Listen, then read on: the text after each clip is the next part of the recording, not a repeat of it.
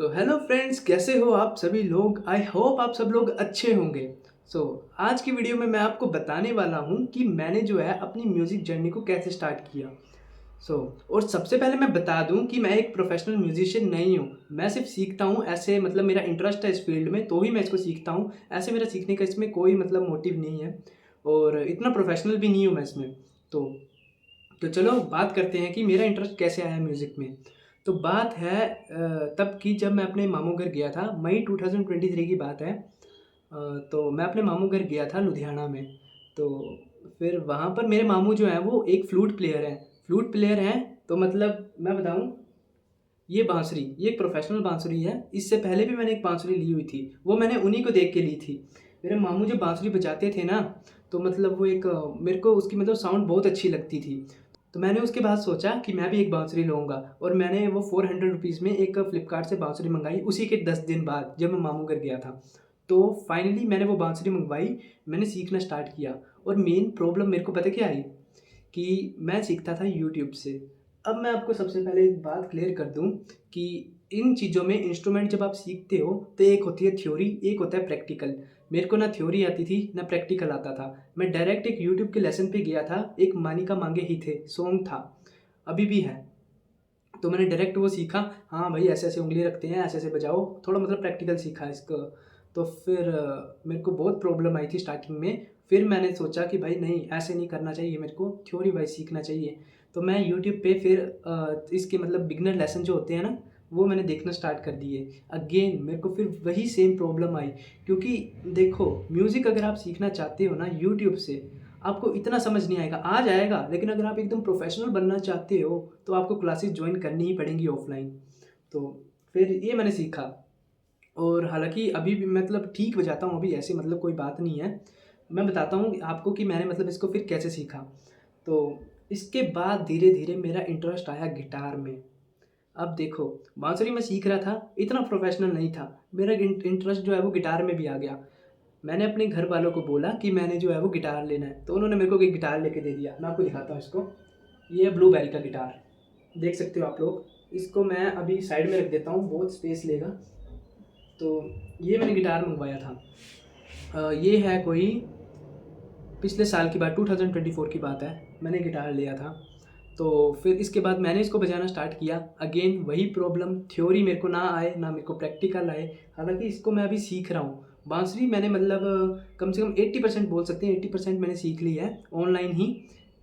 हाँ, ऑनलाइन। क्योंकि 20% जो होता है वो थ्योरी होती है, और थ्योरी भी मैं सीख रहा हूँ। थ्योरी कैसे सीख रहा हूँ, मैंने एक ऑनलाइन क्लासेस भी ज्वाइन की हुई हैं, जहाँ पे एक मैम आती है मेरे को लाइव इंटरेक्ट में, मतलब थ्योरी क्या होती है, मतलब ऐसी ऐसी चीज़ें होती है म्यूज़िक में, क्या क्या होता है, सप्तक, सरगम, अलंकार, ये सारी चीज़ें मेरे को मैम बताती हैं। तो फिर मैं सबसे पहले मैं आपको बता दूँ, मैं गिटार सीख रहा था। तो मेरे को बहुत सारी प्रॉब्लम आ रही थी। इसका प्रैक्टिकल थ्योरी मेरे को पहली बार पकड़ना ना आए, पर यूट्यूब पे फिर बिगिनर लेसन देखे, धीरे धीरे समझ आया ऐसे ऐसे होता है। अब मेरे सामने एक बहुत बड़ा चैलेंज था। क्या था? ये बांसुरी जो है ये मैंने सीखी थी हिंदी में, और गिटार एक इंग्लिश इंस्ट्रूमेंट है। अब इसमें होता है सारेगामा पाधा निसा, उसमें होता है सी डी, मतलब CDEFGAB, ऐसी ऐसी चीज़ें होती है उसमें। तो भाई थोड़ी प्रॉब्लम तो आनी थी। अब कई मतलब कोमल स्वर, हमने जैसे बांसुरी में कोमल स्वर होते हैं, गमक होते हैं, खटखटा, जमजमा, इनको इंग्लिश में क्या बोलते हैं भाई, कौन बताने वाला। तो फिर वही प्रॉब्लम आ रही थी। हालांकि अभी तो पता है मेरे को, लेकिन उस टाइम की बात है। तो इन चीज़ों के बारे में मेरे को पता नहीं था। मेरा जो इंटरेस्ट था वो ज़्यादातर थ्योरी में भी था, थ्योरी में भी था, प्रैक्टिकल में भी था, लेकिन थ्योरी में थोड़ा सा ज़्यादा था, क्योंकि थ्योरी के बिना प्रैक्टिकल अधूरा था मेरे हिसाब से, उस टाइम ऐसा सोचता था। तो मेरे को सीखनी थी थ्योरी। थ्योरी के लिए मैंने क्या किया, मैंने मंगाया एक कीबोर्ड, छोटा कैसियो, हाँ कैसियो ही मेरा छोटा पर्सनल कैसियो। तो फिर इसमें क्या होता है, वही सेम चीज़ होती है, हिंदी इंग्लिश दोनों में आप कर सकते हो। CDEFGAB, इसमें देख भी सकते हो, मैंने थोड़ी सी मार्किंग भी की है, CDEFG मतलब इंग्लिश में। और इसको वही सेम सारेगामा पाधा निसा, सेम चीज़ आप करो इसमें। तो फिर इससे मैंने थोड़ी सी थ्योरी सीखी। इसने मेरे थोड़े मतलब बोल सकते हो ना 70% कॉन्सेप्ट क्लियर कर दिए। क्योंकि देखो, जब आप किसी भी ऑफलाइन क्लास में जाते हो तो फिर म्यूज़िक सीखने, तो फिर वो आपको एक हारमोनियम या कीबोर्ड देते ही देते हैं। हारमोनियम क्यों? क्योंकि वो बेस होता है सभी म्यूजिकल इंस्ट्रूमेंट्स का। ऐसे मतलब क्योंकि जब आप सबसे पहले जाओगे ना, और एक तो हारमोनियम बजाने में आसान होता है, आप उसको एक ही दिन में मतलब सरगम सारेगामा पाधा निसा उसमें सीख सकते हो। तो फिर इस आसान इंस्ट्रूमेंट है वो आपको सबसे पहले वो देंगे। और आपने अगर सिंगिंग करनी है तो आपकी वॉइस मतलब उसके हिसाब से, जब आप एक मतलब सी का नोट बजाओगे तो फिर सी का नोट बजाओगे, आप अपनी वॉइस उसके साथ मैच कर सकते हो। तो मतलब उस तरीके से हारमोनियम आपको स्टार्टिंग में देते हैं।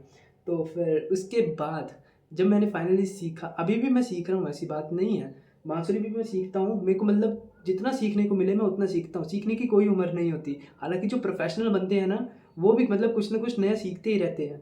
तो गिटार है, बांसुरी है, कीबोर्ड है, मैंने वॉयलिन भी ट्राई किया है, लेकिन वॉयलिन की बात वही है ना, मैंने सोचा भाई रहने दो यार, पहले इन इंस्ट्रूमेंट पे पक्का होंगे, फिर उसके बाद एक नया इंस्ट्रूमेंट स्विच ऑन करेंगे।